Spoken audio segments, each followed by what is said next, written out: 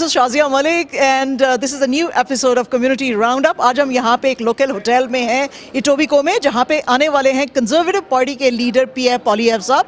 कुछ major announcements उन्होंने आज सुबह ब्रैम्पटन में भी किए हैं, जैसे कि 15% वो टैक्स काटेंगे। हालांकि लोगों ने पूछा कि उसके ऊपर तो $9 बिलियन जो है वो आ जाएगा खर्चा, और फेडरल गवर्नमेंट के ऊपर अगर आप प्राइम मिनिस्टर बनते हैं आप उसको कैसे डील करेंगे। ये और बहुत कुछ बातों के लिए वो आज यहाँ पे प्रेस कॉन्फ्रेंस के लिए आ रहे हैं जो एथनिक मीडिया के साथ रहेगी, तो हम आपको उसकी डिटेल सुनाते हैं। आइए चलते हैं। That promise, of course, was kept to both of us. Both of us come from very humble beginnings, but the country was very good to us. Anna came here as a refugee from Venezuela. Why don't you tell them your story? Tell them your story. Well, my family migrated from Venezuela in 1995, and we arrived in Quebec and Montreal. We lived in the east end of Montreal, where my father's first job was to collect fruit and vegetables, because that was the only thing that he could do. We didn't speak the language, and education was not recognized here. And so we worked really, really hard. Eventually, my father had to work 3 jobs, but he's made it. It was a Canadian promise, and today he's a small business owner and he lives not too far from here. And here I am, and my other brother, he's in the Canadian Air Force, and then I have a sister who's a nurse. My other brother's a contractor, and I'm standing next to the man that could be the next Prime Minister of Canada. So that's the Canadian promise right there, and it's the promise we want to restore. After the lost Liberal decade, where housing costs have doubled, food prices have skyrocketed, work no longer pays, crime, chaos, drugs and disorder overtake our once safe streets, and now the Liberals think they deserve to be elected for a 4th time. And that's really the question in this election. Do you believe that the Liberals deserve a 4th election in power? After they doubled your housing costs, doubled food bank lineups, doubled our debt, and weakened our country against the Americans? Or do you think it's time to put Canada first, with a new Conservative government that will axe taxes, build homes, lock up criminals, secure our borders, fix immigration, rebuild our forces, and stand up to Donald Trump from a position of strength? So that's the choice: a 4th term of Liberals in power, or a new Conservative government to put Canada first for a change. And that change is going to be beautiful. Today I just announced we'll be passing a 15% income tax cut for the average worker in Canada. That'll save a couple of average workers who have a family together almost $2,000. It'll make work more rewarding. It will encourage people to take that extra shift, work that extra hour, earn that extra bonus. It will allow us to allow our local workers to spend more money at businesses, who will then be able to hire yet more workers who will pay yet lower taxes. It will strengthen the growth in our economy to bring home more jobs and opportunity for all of us. It's part of my Bring It Home tax cut on work, energy, investment, and home building. We're also going to take the GST off new homes to lower the cost of buying a place. We'll incentivize municipalities to speed up permits, free up land, and cut development charges to build 15% more every single year. We're also going to axe the carbon tax. For real. The Liberals, they brought in this tax. They kept it in place for 7 years. And now they're going to hide it from the gas stations for 30 days leading up to the election, even while they keep the carbon tax law in place, which would allow them to put it back on at the pumps within mere days of winning a 4th term in power. Mr. Carney also says he wants an industrial carbon tax on our steel, aluminum, auto, fertilizer, and other heavy industries, That's something that Mr. Carney and Mr. Trump share in common. Both of them want to tax Canadian industry. Trump wants to do it with tariffs, Carney with a carbon tax. I want neither. And that's why I will axe the tax for everyone, for everything, forever, for real, for a change. We will be cutting taxes on every Canadian in this country. The income tax cut I announced today will save everybody money. Every single person who pays income tax will pay less because we're doing it on the lowest bracket. Those at the bottom, the waitresses, the baristas, people who make minimum wage, they will save in percentage terms the most. But every Canadian taxpayer will pay less and have a chance to get ahead by bringing home more. But talking about bringing home, we have to bring home our resource jobs for a change. After 10 years of Liberals blocking pipelines, mines, LNG plants, and other resources, they've driven $500 billion to the U.S., making us more reliant on the Americans and unable to sell our products to other countries around the world. I will repeal the No New Pipelines Law, C-69, repeal the Liberal energy cap to let our oil and gas sector grow, hire, and build.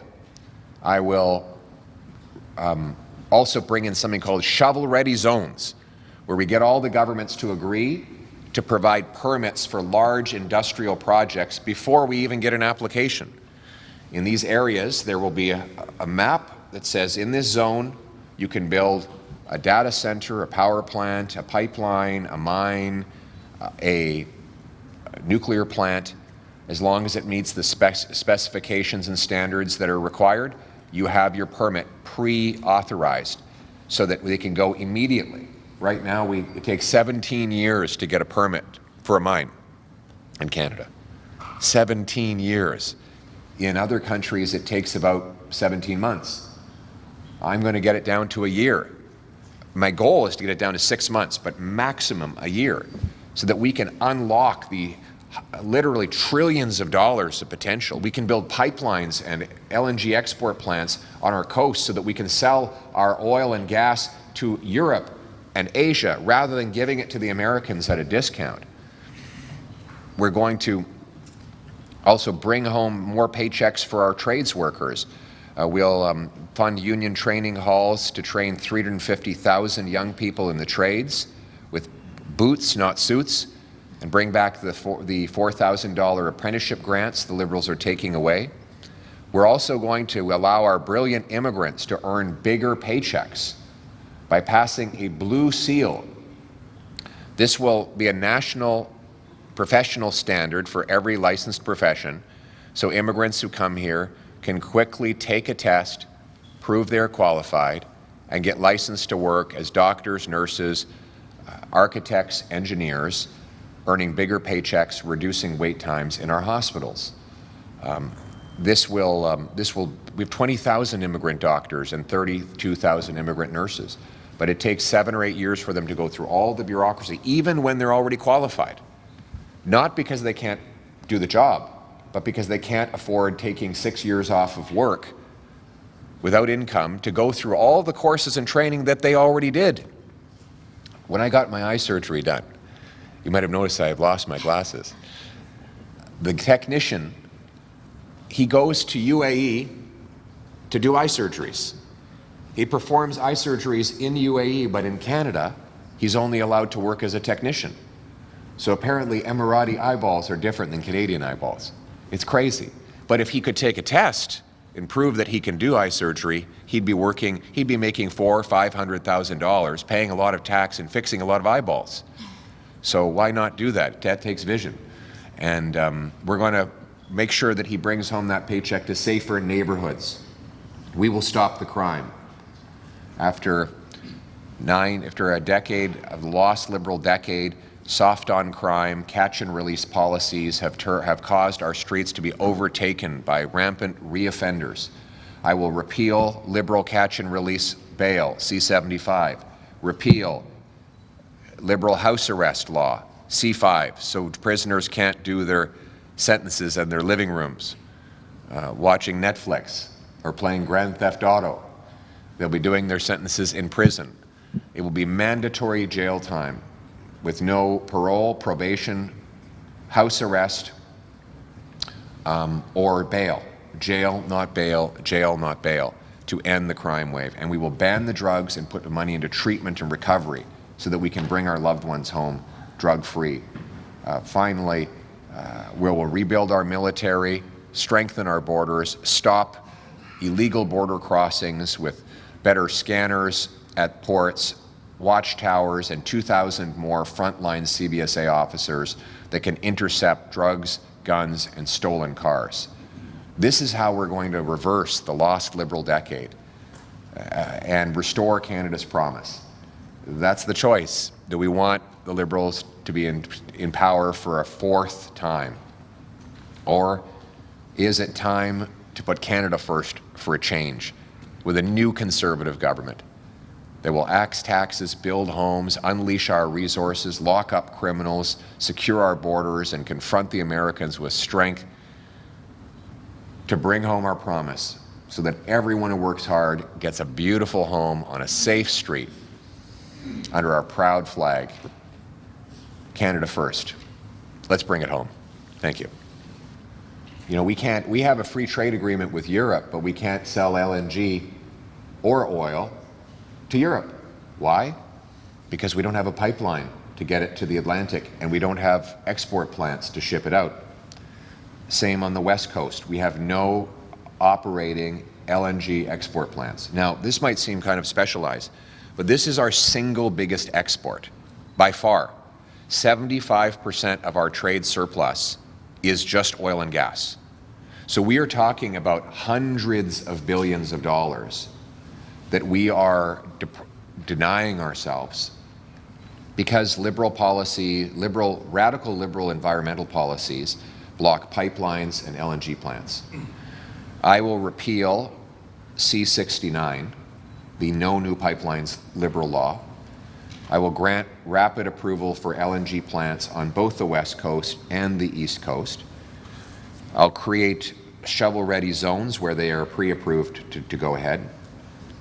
And, you know, giving the Liberals a fourth term in power after they've blocked all of these projects will only make it worse. What we need is a Canada First Conservative government that brings change so we can sell these products overseas. For example, the National Bank estimates that if India were to replace its coal-fired plant increases with Canadian natural gas, it would reduce global emissions of greenhouse gases by 2.5 billion tons because gas is cleaner than coal. 2.5 billion tons is 3 times the emissions of all of Canada. That, to me, sounds like a much better way to fight climate change than impoverishing our people with the radical net zero agenda that led to the lost Liberal decade of the last 10 years. Thank you. Thank you. Rami Botos, Oxygen Media. Good afternoon, Mr. Mrs. Yes. What is your policy for attracting foreign investments, especially what we witness here in the Canadian economy? A lot of investments have been out of the south. And how do you deal with our south neighbor who have a very aggressive economic plans? Very good question. After the lost Liberal decade, we've lost $500 billion of investment. $500 billion more Canadian dollars have gone to America to invest than have come back. And here's the result. The average Canadian worker, like if you take all the investment, business investment in Canada, divide it by the number of workers, it's $15,000 measured in American money. If you do that in that measurement for the States, it's $28,000. So the average American worker gets twice as much investment in his tools and technology every single year, a number that compounds and grows again and again and again. It's no wonder we're falling behind, and our wages are a third lower after the lost Liberal decade. Electing them to a fourth term is only going to make that worse. What we need to do is, one, cut taxes on energy and investment So when investors come and put their money here to build a factory, a plant, a pipeline, they can get a very good return on investment while employing people. 2, grant permission to get things built. Let's make this the fastest place to get a building permit anywhere in the developed world. And then pension funds, for example, will know that they can get a return here. They won't have to wait around for 20 years before the permit is granted. They can start building and getting their money back within 3 or 4 years rather than 2 decades. Those are the 2 things we could do to put Canada first for a change. Thank you. Yes. Mr. Poilievre, my name is Pierre Poilievre from Punjab Star. My question is regarding Trump's tariff. With Trump's tariff, Canadians are losing jobs, our economy is not in good shape. In this tough time, Canada needs a strong leader. What's your views on it? I agree. After the lost Liberal decade of weak, out-of-touch leadership, Trump is walking all over the Liberals. Weak leadership, out-of-touch leadership, high taxes, blocking resources has made Canada weak and vulnerable against Trump.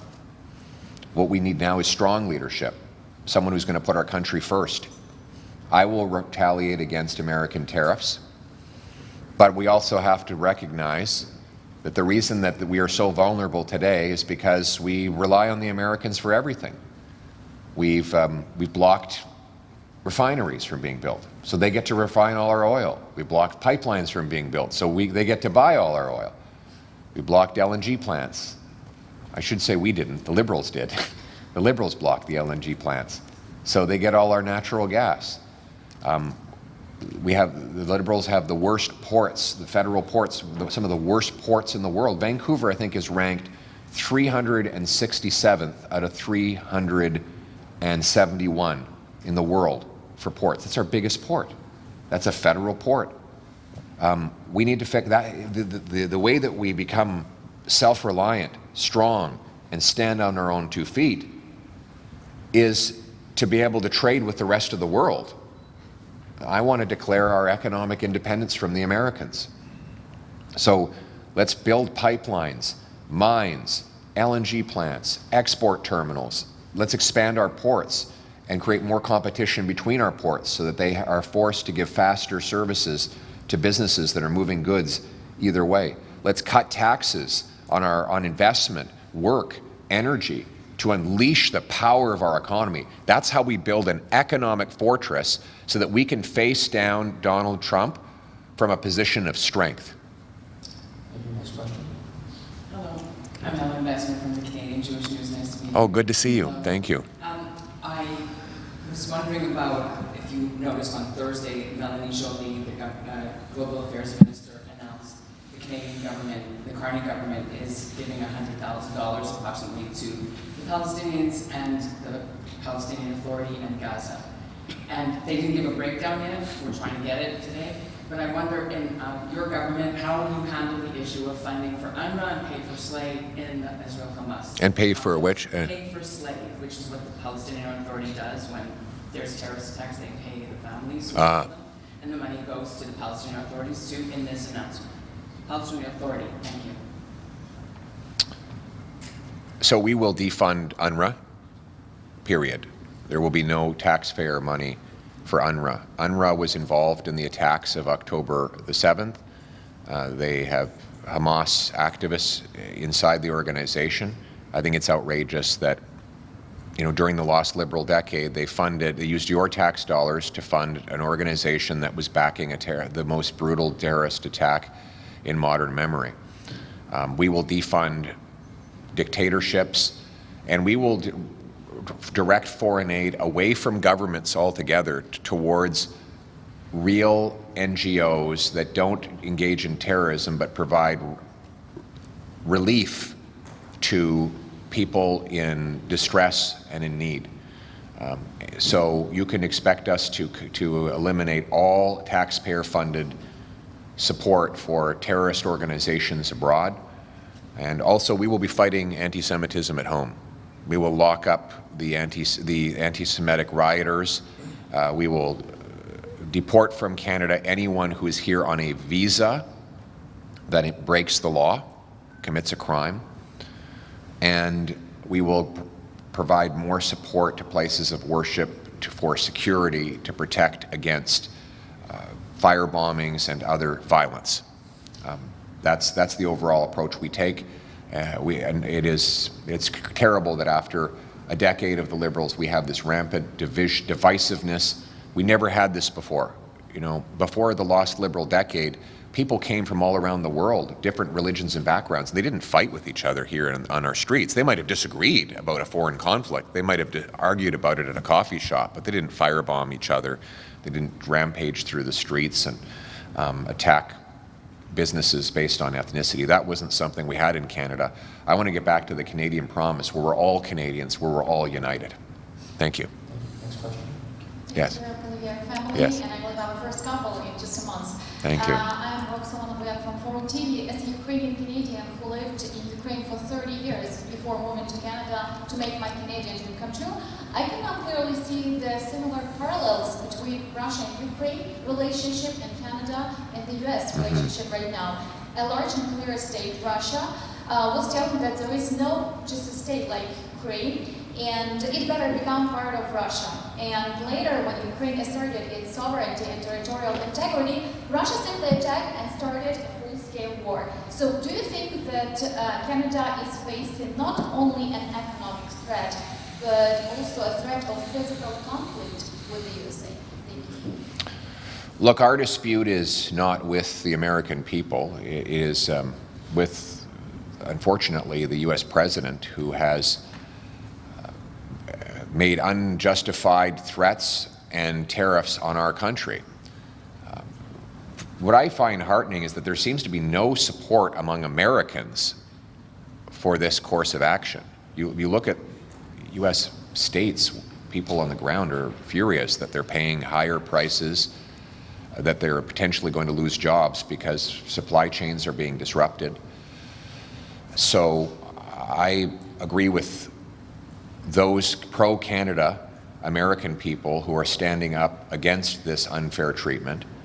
And I think that that pressure will help us to push back against these tariffs.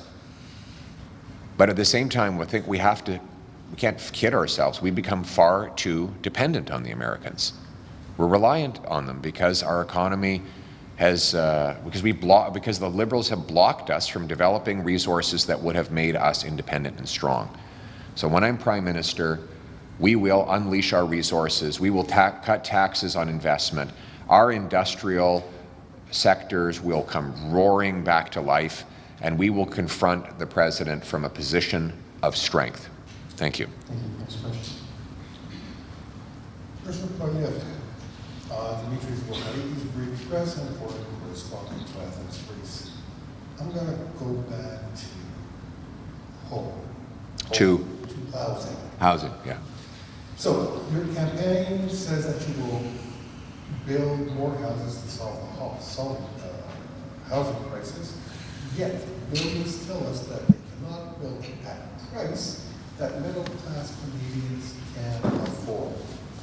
Among other costs, they point to municipal levies as a significant part of their construction costs, as builders normally sell new housing units from plans prior to building them, and given their affordability, what can be done to reduce the cost of construction and levies to bring housing back within reach of the middle class? The question we have to ask is why?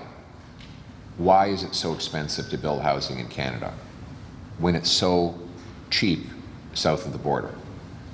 So why is it that in Niagara, New York, it costs half to buy a house than it does in Niagara, Ontario, 15 minutes apart? Why is it you can buy a castle in Texas for $450,000, but in Canada you can't even get a detached home in around Brampton or Mississauga for under $1 million? Like, why? Well, let's think about it. Both sides of the border, they use lumber, They use drywall, they use cement, they use carpenters, electricians, they use land. It should be cheaper here because we have more land and fewer people. So what's the difference? It's entirely government. The number one cost in building a new home in Canada today, by far, is government. Taxes alone represent 30% of the cost of a new home in Ontario. That does not include the cost of lawyers, consultants, lobbyists, delays, rezoning, and other indirect soft costs that pile on. In Vancouver, 60% of the cost of a new home is government, according to a CD Howe study. We have to cut the government cost. So I'm going to lead the way by taking the GST off new homes. I'll be pushing the provinces to take the PST off new homes. And I will use powerful financial incentives to try and get the municipalities to cut development taxes, free up land, and speed up permits to build 15% more homes per year. As part of my plan, municipalities will have to build that much more every year if they want to get federal infrastructure money at their current level. If they build more than that, I'll give them funding bonuses. I will, for example, incentivize them to pre-permit large swaths of land for building at low development charges as a condition of getting some federal funds for major infrastructure. I will require, whenever we fund a transit station, I'm going to put the money in trust, and the city won't get it until they have allowed high-rise apartments around the entire station. So you can't build a station and then just have it surrounded by brownfield. It has to be surrounded by apartments. That is how we will incentivize municipalities to get out of the way and grant rapid permission at low taxes to build homes. Thank you. Thank you. Next question. Good afternoon, Mr. Poilievre. Jack Leespeler from Canadian Independent Post. My question is regarding our defense policies. Defense spending is in question for a while now. Meeting the NATO target is a big gap. You have pledged that you will meet that target. How do you meet that target while also promising to cut the taxes and to save the money for the Canadians, as well as how you will protect Canadians with this defense policies? Thank you.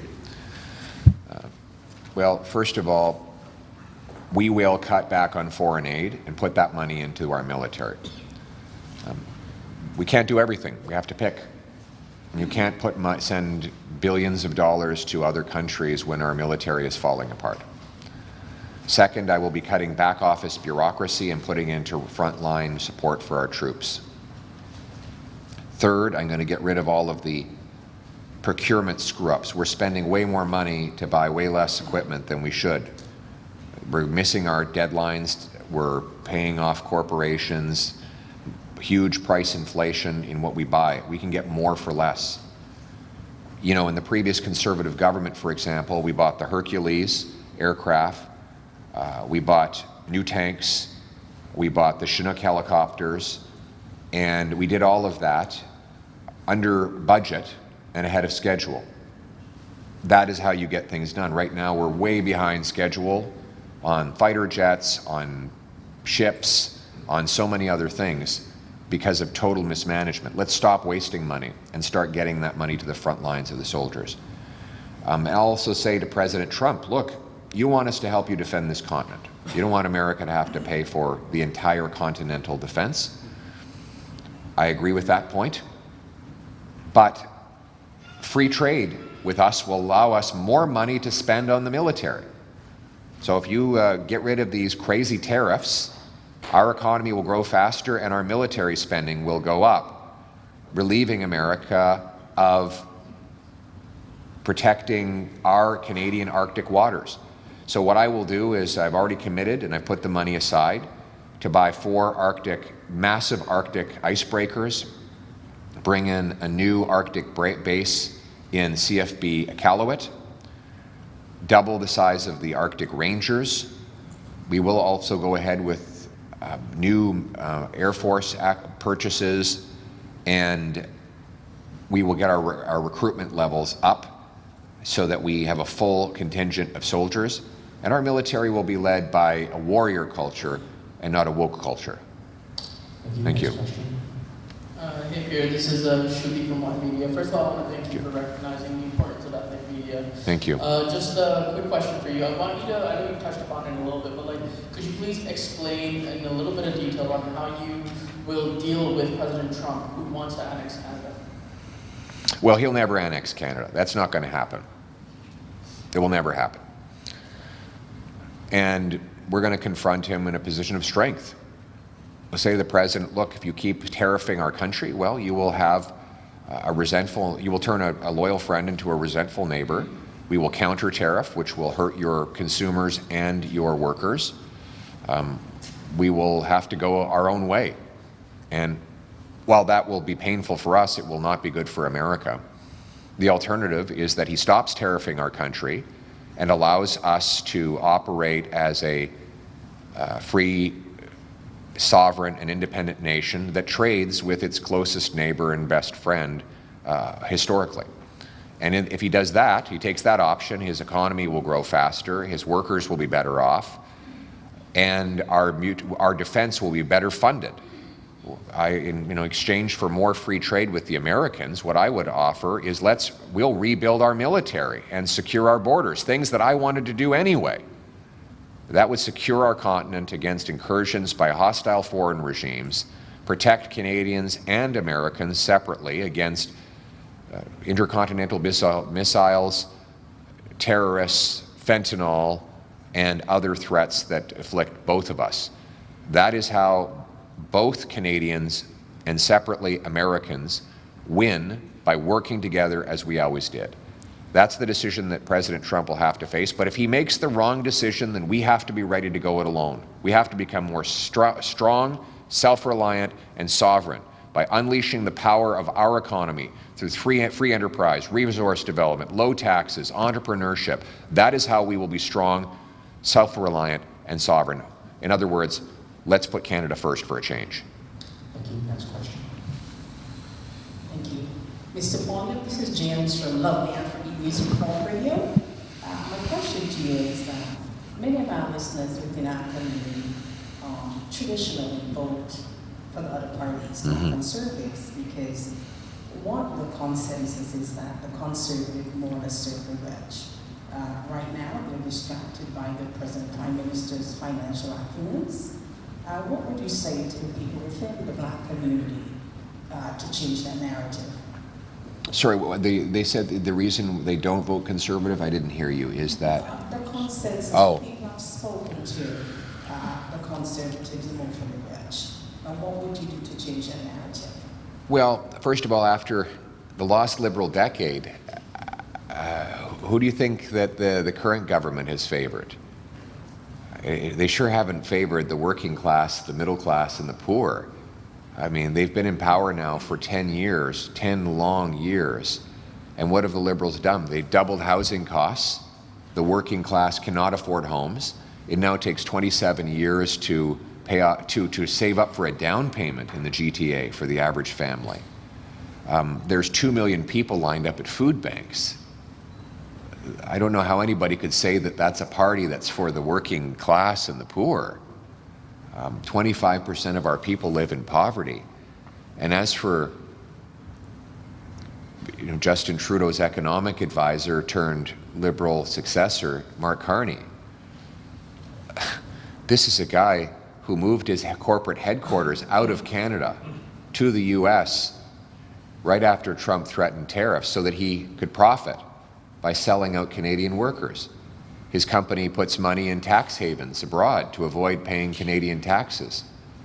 They profited off of denying insurance claims for coal miners who are dying from black lung after they breathed in the dust. And the company that Carney chaired denied them their insurance payments.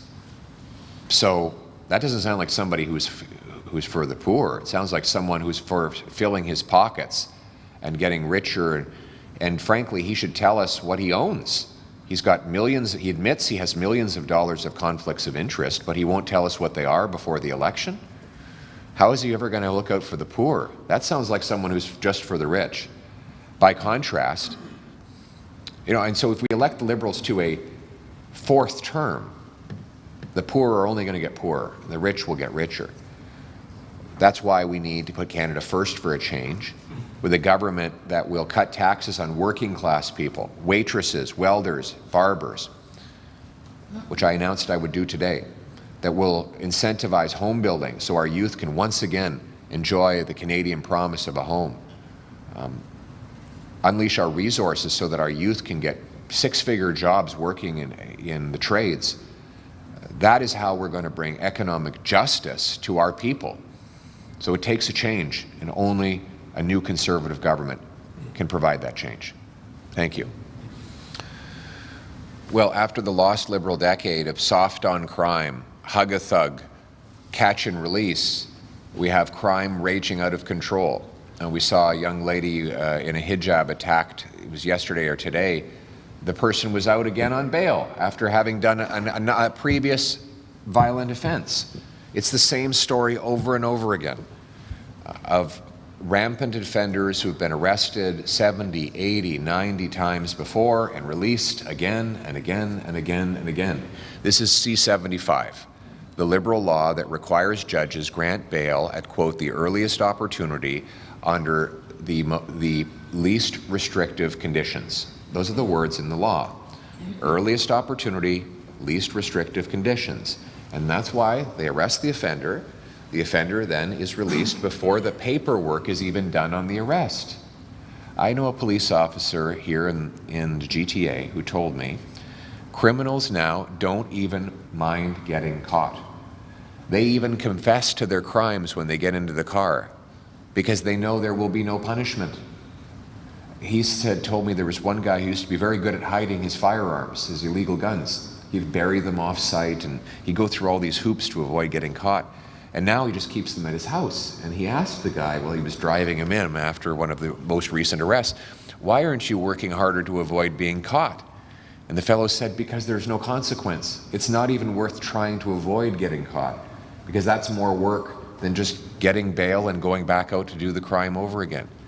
So I'm going to repeal the Liberal catch and release law C-75. I will repeal house arrest C-5. I will repeal C-83 that allows Paul Bernardo and other mass murderers out of prison, out of maximum security and into medium security. I will repeal the entire soft on crime agenda of the Liberal Party of the last 10 years. Giving them a fourth term in power will only unleash more crime. Instead, we need a new Conservative government to put law-abiding Canadians first for a change. Thank you. Next question. Mr. Poilievre, I just want to make the question short. If you become the Prime Minister, how will you handle the Canada-China relationship? Thank you. Well, by putting Canada first for a change.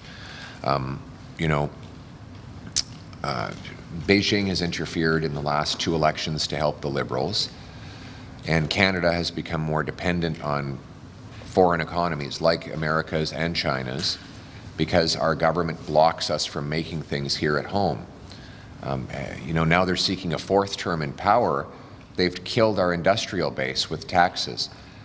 This new industrial carbon tax that Carney's pushing will mean we'll be forced to buy more of our steel from the Americans and from China. I want to axe the industrial carbon tax, rapidly grant permission to build pipelines, mines, factories, warehouses, and other economic infrastructure in Canada so that we can be independent from both the Americans and the Chinese PRC, bring the production and paychecks home to our country, and that's frankly what it means to put Canada first. Thank you. Thank you. Next question. Good afternoon. Mujib Kaur from Hamdan, India. Yes. So what will be your first priority after being elected as the Prime Minister of Canada?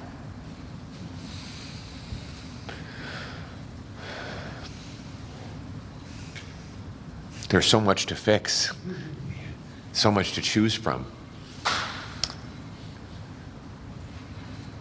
we will immediately axe the entire carbon tax and repeal the entire carbon tax law so that our businesses and our families can afford to live. And we'll axe the GST on new homes so that our young people have a better shot at home ownership.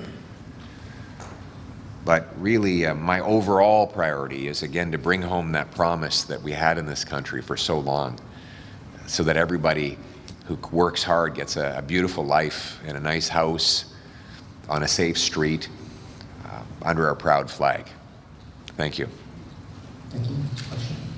Thank you, Mr. Poilievre. So China has responded to Canada's tariff on EVs, steel, and aluminum by imposing a 100% tariff on Canadian canola oil and other agricultural products. That's effective last Thursday. Given these escalating trade tensions, how would you approach the relationship between Canada and China when you can, or if you become Prime Minister, and what are the steps you'll take to protect Canadian industries and farmers that are affected by these tariffs? It's a good question. We have to give this more attention because our farmers are suffering, particularly in Western Canada, due to the unfair tariffs on our canola. I would flow some of the tariffs we will be collecting on Chinese steel, aluminum, and electric cars back to our canola farmers to compensate them for their losses. And I believe that we need to look for new and different markets for our canola in order to become less reliant on the US and on China.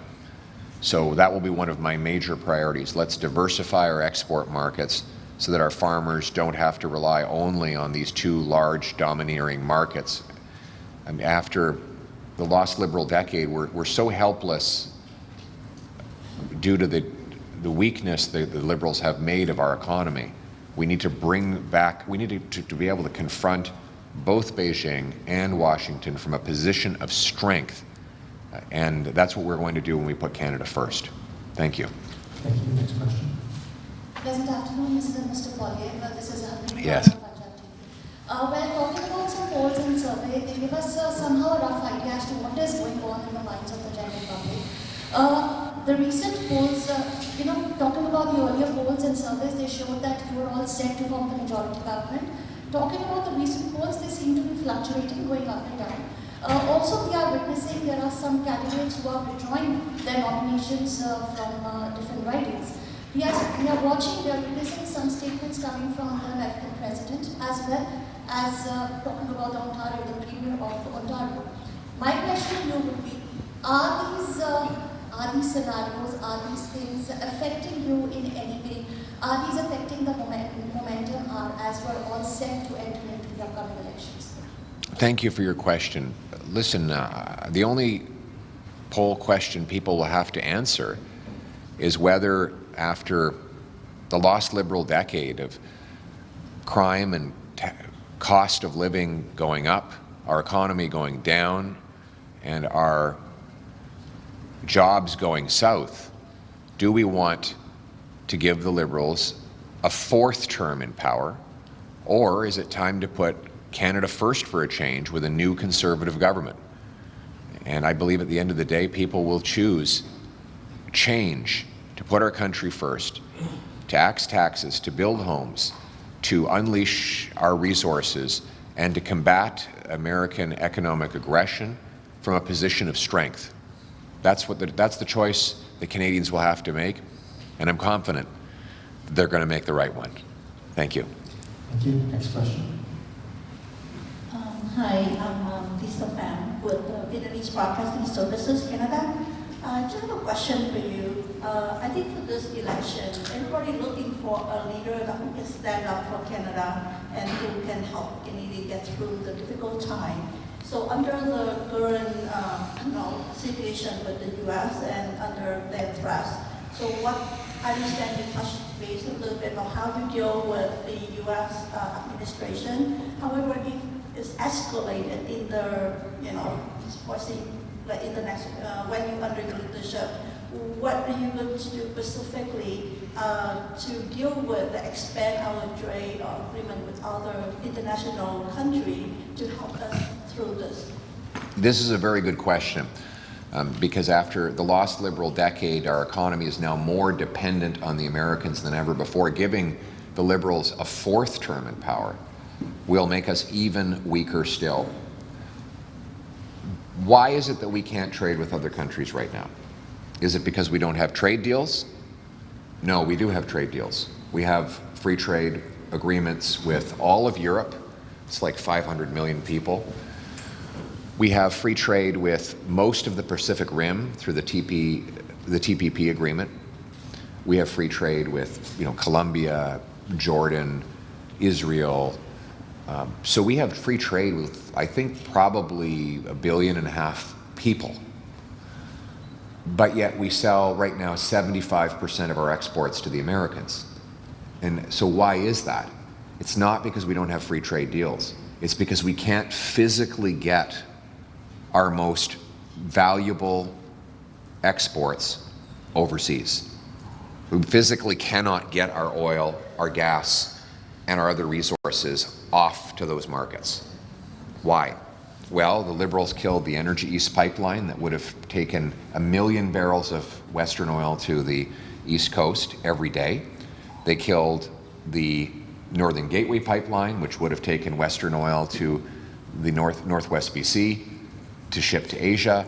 They've blocked about 15 different LNG plants because their radical environmental agenda of net zero that Mark Carney has always supported. They have imposed massive taxes on industry that make us uncompetitive.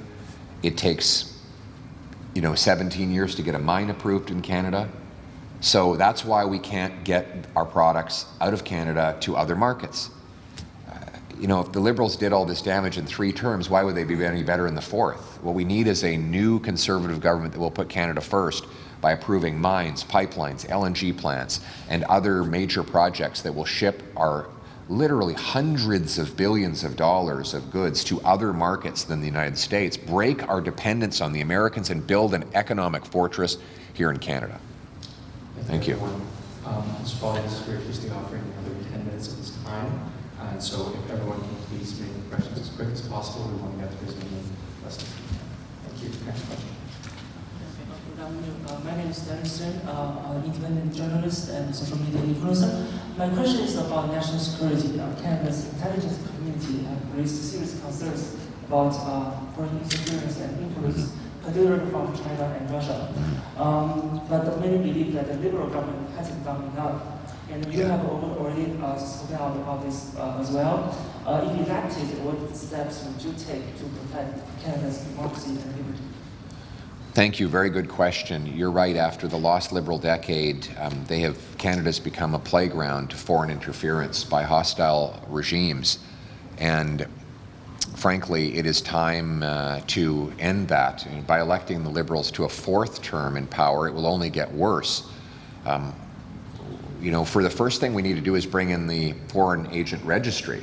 It's already passed into law, but they haven't yet implemented it. So we don't have a public registry of all the foreign agents that are paid by hostile regimes to interfere in our politics. They're able to operate with impunity throughout our country.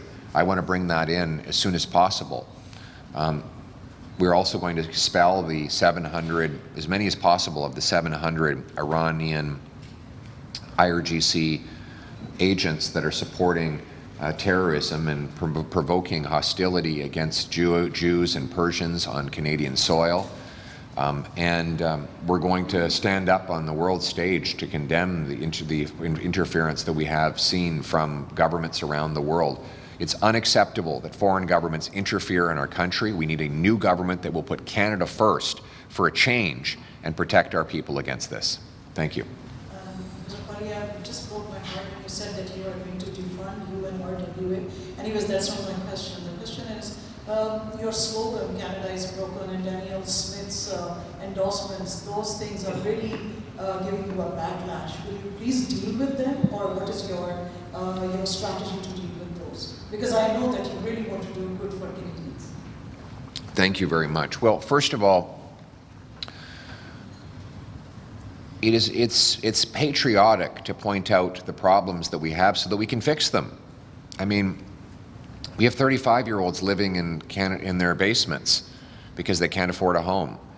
We have 2 million people lined up at food banks.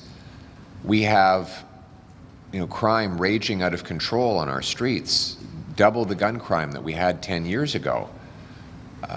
The Liberals want us to pretend that we can't say these things anymore, somehow that it's unpatriotic to point out how badly people are suffering. But that is just the reality. I mean, Justin Trudeau said himself about 7 months ago, life sucks in Canada. Those were his words, the Prime Minister of Canada. I'm quoting him. So for him to turn around now and with Mr. Carney and say, oh, well, no, everything's just terrific. Let's just keep going as we are. It's nonsense. We have to fix the things the Liberals broke, not pretend that they don't exist. So that is the ultimately patriotic thing to do. The worst thing we could do is elect them to a 4th term to keep doing the damage they already did. If these policies were damaging before Donald Trump's tariff, imagine how damaging they will be after his tariffs. We need to bring back the country that we knew and loved and restore Canada's promise. And that's why I'm in politics, and that's what I'm going to do. Thank you. Thank you. Next question.